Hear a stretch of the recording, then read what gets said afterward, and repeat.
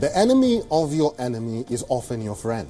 Russia is cozying up to North Korea. The two countries have a common enemy in the United States. So they are turning to each other for help. But how far would the two nations go to help each other?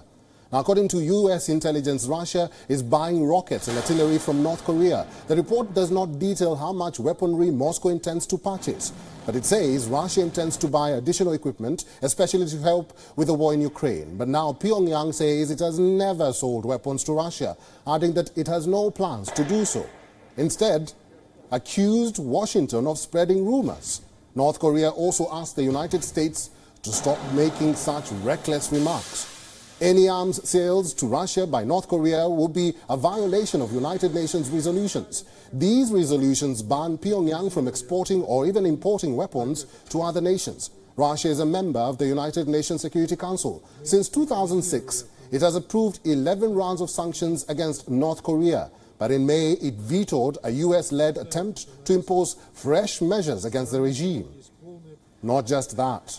The two countries are expanding bilateral ties too. In July, the Russian ambassador to North Korea said Moscow could hire workers from Pyongyang. These workers could help rebuild Ukraine's Donbas region.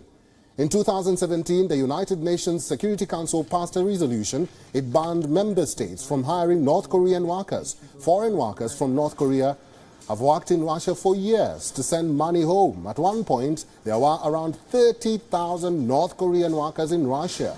Many of them worked using student or travel visas. Now that Russia itself is under sanctions, it obviously has no reason to abide by any such restrictions. Friendship between Moscow and Pyongyang dates back to the founding of North Korea. This was when the Soviet Union installed Kim's grandfather, Kim Il-sung, as a leader. Soon after his first election as Russian President, Putin sought to normalize relations. He met Kim Jong-il, Kim Jong-un's father, 3 times. But the close ties suffered after the collapse of the Soviet Union. However, the Ukraine war is now bringing them closer again. In February, North Korea defended Russia's invasion of Ukraine. Soon after, it recognized the independence of Donetsk and Luhansk. It is quite likely that in the coming days, there will be further deepening of ties, diplomatic, economic, and perhaps even military ties.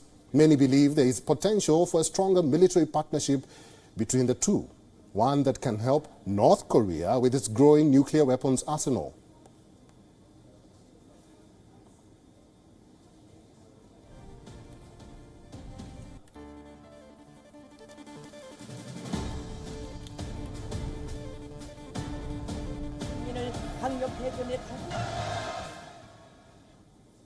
Let's talk about North Korea's role in the ongoing conflict, and joining us on the program is Dr.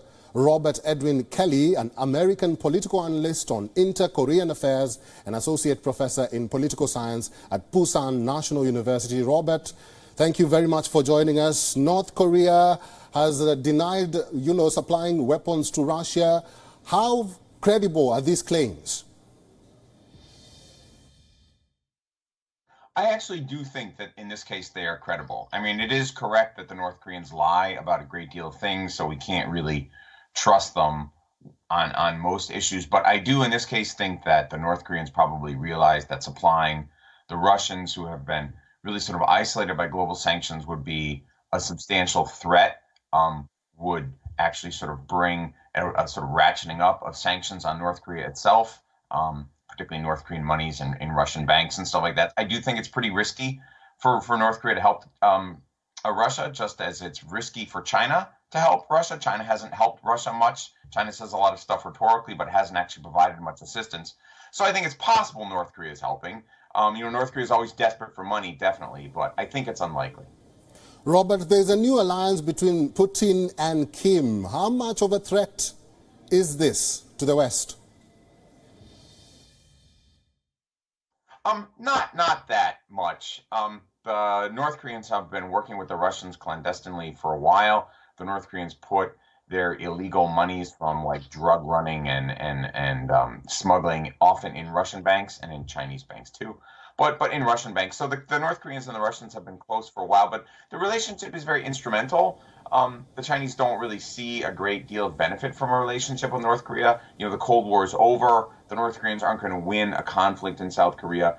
I think, with South Korea, North Korea is for the Russians mostly a useful tool to help keep the Americans off balance, to distract the Americans. But I don't think that there's any real sort of alliance coming. The real threat is, a tightening of the Russian-Soviet, the Russian-Chinese alliance, right? And that is the real issue. That would be much more unnerving, I think, to the West if Russia and China got closer. Robert, do you think that Russian President Vladimir Putin will seek help from his compatriot Kim as the war escalates? Only if the war goes very badly. I think Russia would prefer to go to other countries first because North Korea is such an extreme outlier. North Korea is also a very unreliable partner. If the Russians buy materials from the North Koreans, there's not good assurance that those materials will work. If the Russians sell things to the North Koreans won't necessarily pay for them. I mean, North Korea has a really bad reputation as a market partner, as a counterparty to transactions, right? The North Koreans owe many countries in the world a lot of money and they just don't pay. So I think these kinds of problems, I think sort of basic business culture problems will undercut any kind of a meaningful market relationship. It really is more political, which is to say that Putin is becoming increasingly isolated. China's nervous about the war. India's nervous about the war. We saw that from Prime Minister Modi the other day. India's sort of like, well, what's going on? You should finish this soon. Russia is running out of friends. And, North Korea is always looking for friends because it's so isolated. And so I think it's really a relationship of convenience. It's not really a partnership or an alliance or anything like that. It's just because both countries are increasingly isolated in world politics. I think it's very instrumental, really. Robert, finally, both Russia and North Korea face isolation. What will they gain if they both collaborate? Sure. I think the primary benefit is political, right? I mean, there's some economic benefit. There will be some trade. The Russians can sell gas to the North Koreans or something like that. Maybe the Russians will buy some military equipment from North Korea. There will be some trade. But remember, North Korea is really, really small. And North Korea's economy is really small, too. North Korea's economy is, I think, only like $40 billion, right? I mean, it's really tiny. So even if they had an economic relationship, there isn't much benefit to be exchanged because North Korea's economy is so dysfunctional. So I think the real benefit is a political one. Having North Korea as sort of a partner or a friend or something like that helps Putin with votes at the United Nations. It helps Putin evade the sanctions around Russia. The North Koreans have a lot of experience getting around sanctions, and they can teach the Russians how to do that. It allows for some exchange on limited issues. The Russians, for example, won't pressure North Korea on nuclear weapons anymore at all. Right? I mean, if you're North Korea, this is great, right? The Russians are desperate. The Russians come to you. And for North Korea, what that means is you have a major power sitting on the UN Security Council, right? Russia has a veto on the UN Security Council.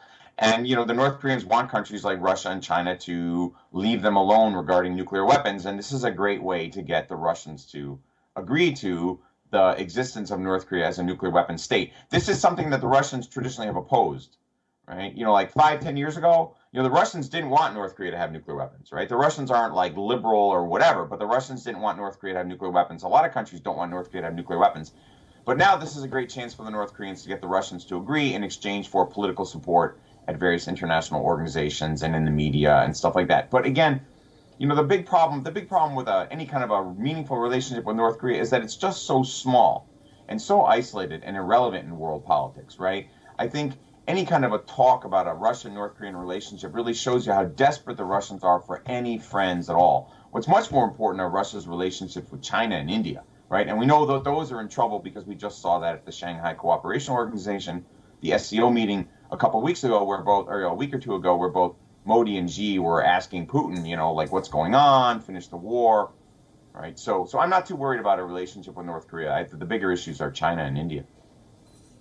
Robert Edwin Kelly, thank you very much for making time and for talking to WION today. WION is now available in your country. Download the app now and get all the news on the move.